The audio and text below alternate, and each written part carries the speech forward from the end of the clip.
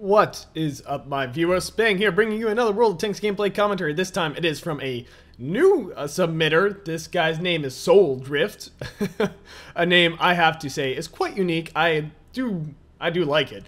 And it is an artillery match. Something I don't really bring you guys too often, mostly because, you know, I've kind of gotten a bit away from artillery. I have so many tanks I need to play. And you guys typically don't send in too many artillery matches. Not that I'm saying that's a bad thing. I'm just making an observation. Anyway, this is a standard battle on Fisherman's Bay.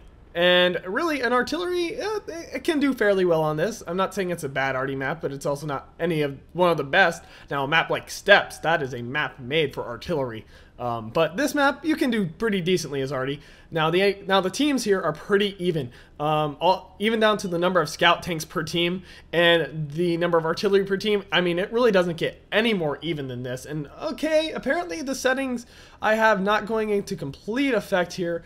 Actually, I think this might be a kind of side effect of the artillery mode. So if you will just bear with me for one moment while I go into the settings. I could have sworn I made this apply. I suppose I messed up. I think I clicked cancel instead of okay. So there we go. There. Now it's all fixed. So here we go.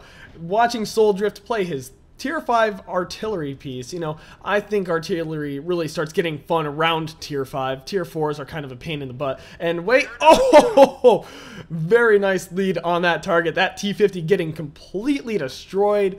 Just, oh wow, he probably did not see that coming. I am just waiting for the rage in the chat. Kill the T-50 at his top speed. Soul Drift doing a bit of taunting there, and I probably would be too if I were him. But the T-50 not really having any response for that. You know what? He probably just flat out rage quit. He probably just pressed escape then back to garage as soon as that happened, because he still would suggest changing positions. The T-50 on his team saying, you know, he should probably move. Soul Drift might want to, but at the same time, I don't know. I don't believe that enemy T-50 saw him. And enemy artillery, there's only one arty per match, and given that they're tier 5s, okay, only hitting that KV-5 for 170 there. But given that both are tier 5s, I would say counter artillery, especially on this map, and his position isn't too likely, especially when there's one artillery piece per side, and with a map like Fisherman's Bay where there's so many places you can hide. Counter arty is definitely not a huge factor. Now, these tier 8 tanks, the enemy team's apparently putting some of their heavier armor in the town, so is Soul Drift's team. You know, it seems like Soul Drift's team did a nice split. Not really too much in the center, actually pretty much absolutely nothing in the center town area, that little center road, but doing a nice split to the city to the east and a decent amount of tanks to the little hilly area to the west. So definitely doing rather well. That completely missing that little tank destroyer there. If he had hit, I guarantee you that tank destroyer would be dead. The T-50 apparently going unopposed up until right now, where he is going to do a little scout battle with the actually, that looks like to be a 12-ton. That is the only light tank left on the enemy's team. Now, Soul Drift's team apparently in a slight disadvantage here, having lost a tier 8 tank, while the enemy team has only lost a tier 6 as their highest tier. So definitely not doing too hot. But Soul Drift's team having lost both their scouts, the enemy team having lost both their scouts. So the scout tanks proving to really not be all that useful apparently. That KV-5, ooh, that's going to be a heavy loss for that enemy team. Soul Drift's about to provide some fire support on this T-20. Let's see if he'll get a good solid hit on it. Oh, there we go, 426 damage. That is exactly what I'm talking about. Because the T-20 has such light armor, you hit it with artillery, it's probably going to feel some pain. Now, these enemy heavy tanks in the town, definitely a cause for concern, especially for Soul Drift, who is over near the town, but being that he is French artillery, he should be able to move out of there fairly quickly if he needs to. Now, one thing I will note, the French artillery piece, this tier 5 arty, if you will look in the lower left-hand corner, you will see that it can actually aim farther to the right than it can to the left. And that is kind of a little quirk of this artillery piece. Now, it doesn't impact its performance all too much, but it is something to note if you do plan on going this line. It's something you just simply have to compensate for. Now this Tiger 2 apparently trying to do battle with this KV5.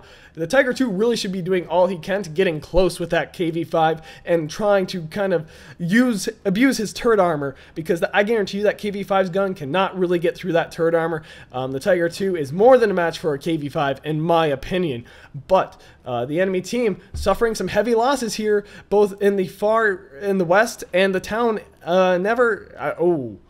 I almost said, yeah. Anyway, I digress here. Soul Drift here. His team kind of having a bit of a struggle in the town, but at the same time, I would say they're really in no major danger. That KV5 capable of taking on that IS-3. Soul Drift letting his team know he's about to provide fire support there, and he will take a shot, splash him for 234. So now in a very dangerous position here, about to get double teamed, and oh, wow, that KV5 surviving by the skin of his team. Soul Drift's team pushing up the western side, but getting stopped by a T-28. Now, that is something that they should rightfully fear, and there we go, the T-28 killing a Tiger P to the far west. Now, I'm not quite sure what tanks he has over there, but Soul Drift sees it, thinks it prudent to go help his team on their western push. The enemy team apparently having one heavy tank left in the city, perhaps more. But the one thing he knows that is to the west is that T-28, the enemy team's heaviest hitting thing. So good for him on prioritizing, man. I typically aim for the heaviest hitting thing I can. See if I can't hurt the... never aim... I'm sorry, I apologize, Soul Drift. I've been doing so many of Never Aim's replays that his name is just constantly at the front of my mind when doing these. So I've got to just be cautious about that. An IS killing a KV5, very unsurprising there, to be honest. The IS is a pretty decent tier 7 tank, and tier 7 tanks can typically take on tier 8 tanks on kind of even ground.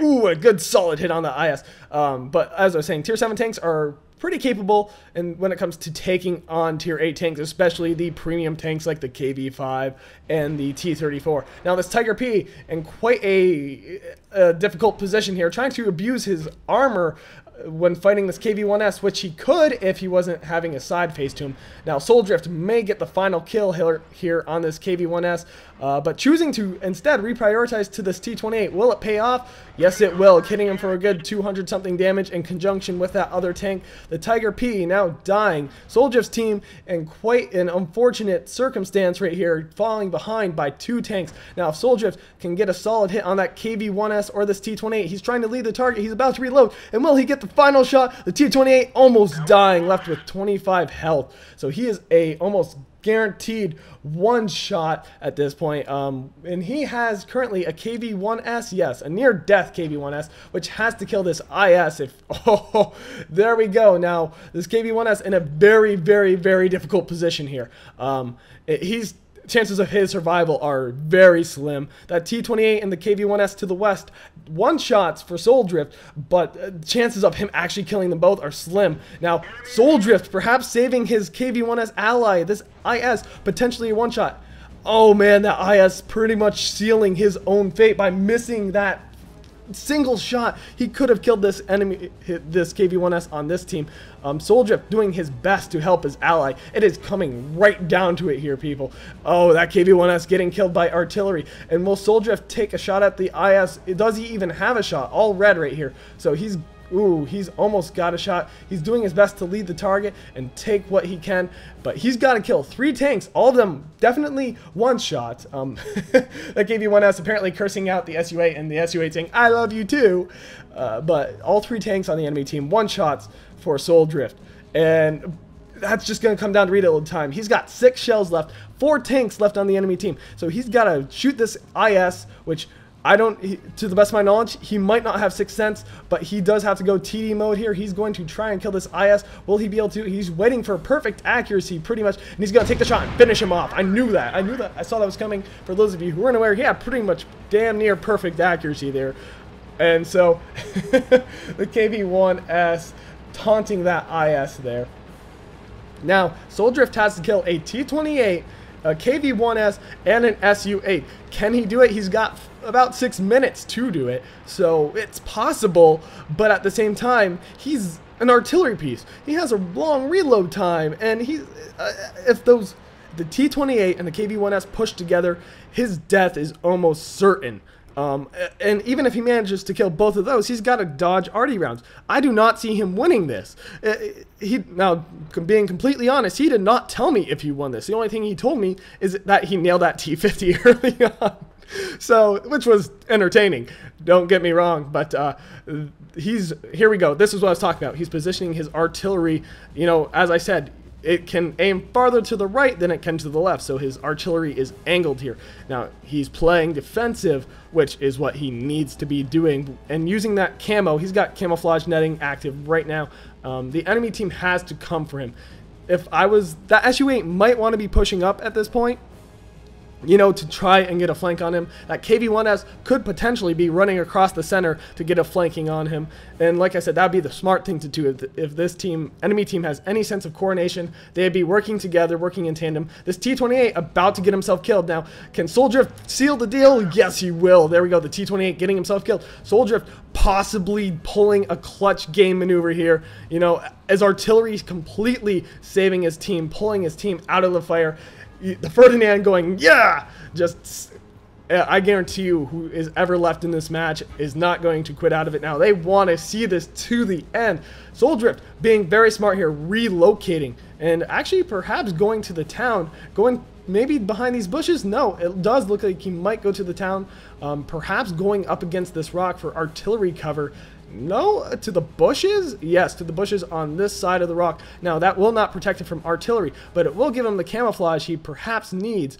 He is in the bush, so if he fires, it's a pretty good chance he's going to be spotted.